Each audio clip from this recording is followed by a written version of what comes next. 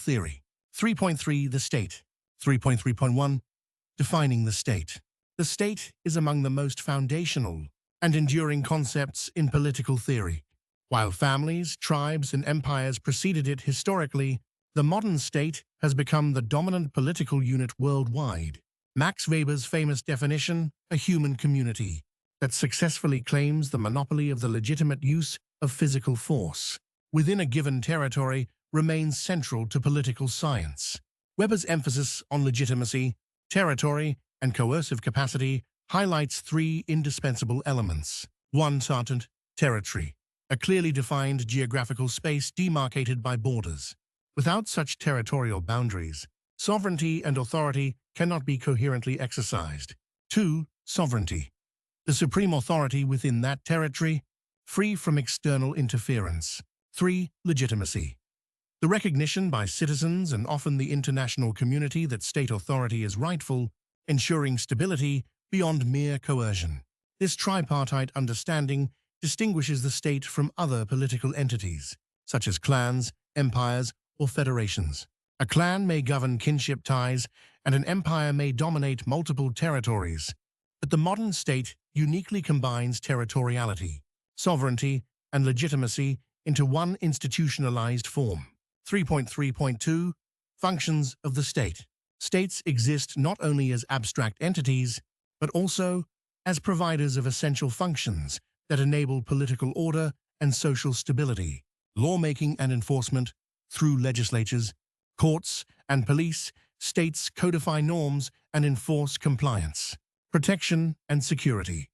States defend against external threats and ensure internal stability. Via armed forces and security apparatuses, economic management. States regulate markets, collect taxes, oversee monetary systems, and provide infrastructure, welfare, and social services. Modern states deliver healthcare, education, pensions, and social safety nets. Nation building through flags, languages, national holidays, and education systems. States cultivate shared identity and loyalty. Different political ideologies emphasize these functions differently. Liberal minimalists stress law and security. Social democrats highlight welfare, and authoritarian regimes often emphasize nation-building and control. 3.3.3 Historical evolution of the state. The state as we know it is relatively modern. The Peace of Westphalia 1648 marked a turning point by institutionalizing sovereign equality and non-interference. From then, absolutist monarchies gradually gave way to constitutional governments and nation-states. Absolutist-era centralized monarchies emphasized divine right and patrimonial rule. Liberal revolutions, 17th-19th centuries, England, France, and the United States, witnessed transformations toward popular sovereignty and limited government. Industrialization and welfare states, the 19th and 20th centuries, saw expanded state roles in economic regulation and social services. Post-colonial states. After World War II, newly independent nations adopted the state model, often with contested boundaries and fragile legitimacy. Globalization and digital transformation. The 21st century confronts states with new challenges, from global supply chains to cybersecurity. 3.3.4 The state in contemporary politics. Today, the state is pulled in opposite directions. Globalization, supranational organizations like the EU, and multinational corporations erode traditional sovereignty. Yet, rising nationalism, populism, and protectionism reassert the state as the central political unit.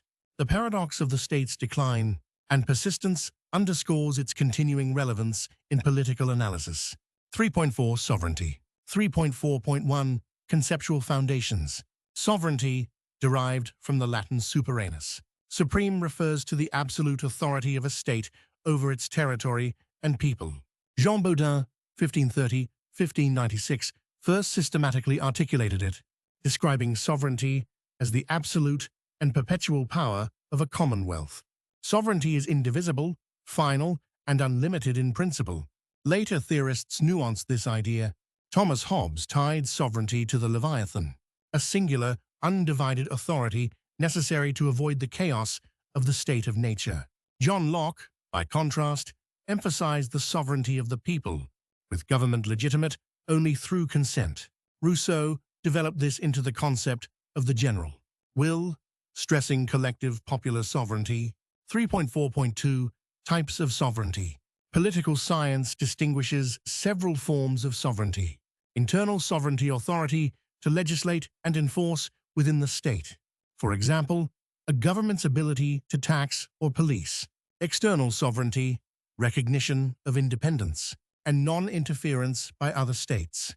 Without this, sovereignty is compromised. E.g., colonies or protectorates. Popular sovereignty, authority rooted in citizens' consent. Democracies derive legitimacy from elections and civic participation. Legal sovereignty, ultimate. Lawmaking power, often vested in constitutional design. For instance, a Supreme Court may determine constitutional boundaries. These forms overlap and sometimes conflict. For example, external sovereignty may clash with international law, while popular sovereignty may constrain legal sovereignty. 3.4.3 Sovereignty in a globalized world. The traditional Westphalian model of sovereignty has been eroded by multiple global forces. Supranational organizations. The European Union pools sovereignty by transferring decision-making to shared institutions. The UN sets international norms that limit unilateral state action. Multinational corporations, tech giants, Google, Apple, or energy firms wield influence across borders, often rivaling states in power. Global civil society and NGOs, organizations such as Amnesty International or Greenpeace, shape norms and constrain states through advocacy. Technological interdependence, cybersecurity threats, data flows, and digital currencies weaken absolute state control. Contemporary scholars speak of shared sovereignty, conditional sovereignty, or contested sovereignty, reflecting this more complex landscape. Failed states, where authority is fragmented among warlords or militias, demonstrate the fragility of sovereignty in practice. 3.5 Citizenship. 3.5.1 Defining citizenship. Citizenship represents the legal and political membership of an individual in a state, entitling them to rights and imposing responsibilities. It distinguishes members of the political community from outsiders, such as residents, migrants, or refugees. For Aristotle, citizenship was the essence of human flourishing in the polis, allowing participation in deliberation and governance. 3.5.2 Rights of Citizenship. T.H. Marshall's influential framework distinguishes three stages of citizenship rights: civil rights, 18th century freedoms of speech, property, religion, and equality before the law; political rights, 19th century, the right to vote, participate in elections, and hold office; social rights, 20th century, access to welfare, education, healthcare, and social security. In the 21st century, these have expanded to include cultural rights, recognition of minority identities, indigenous peoples, and language rights; digital rights, internet access, online privacy, and protection from surveillance. 3.5.3 Duties of citizenship. Citizenship is not only about rights, but also obligations. Duties include paying taxes to fund public services, obeying laws to maintain order, serving on juries or in civic roles, military service in some states. Balancing rights and duties ensures democratic sustainability. Excessive emphasis on rights without duties risks civic disengagement. Excessive duties without rights undermines legitimacy. 3.5.4 Challenges to citizenship. Modern citizenship faces significant challenges. Global migration mass movements create issues of integration, naturalization, and exclusion. Dual nationality, multiple allegiances complicate the idea of singular citizenship. Statelessness, millions remain without citizenship due to conflict, discrimination, or legal voids. Cosmopolitanism versus nationalism. Cosmopolitans argue for global citizenship, emphasizing human rights beyond borders. Nationalists, however, insist on exclusive citizenship, tied to sovereignty and identity. Populism and identity politics. Citizenship is increasingly politicized, used to define who belongs and who is excluded from the national community. Citizenship thus embodies both inclusion and exclusion. rights and responsibilities, universality and particularity. It remains a contested concept that reflects broader struggles over belonging, justice, and political order.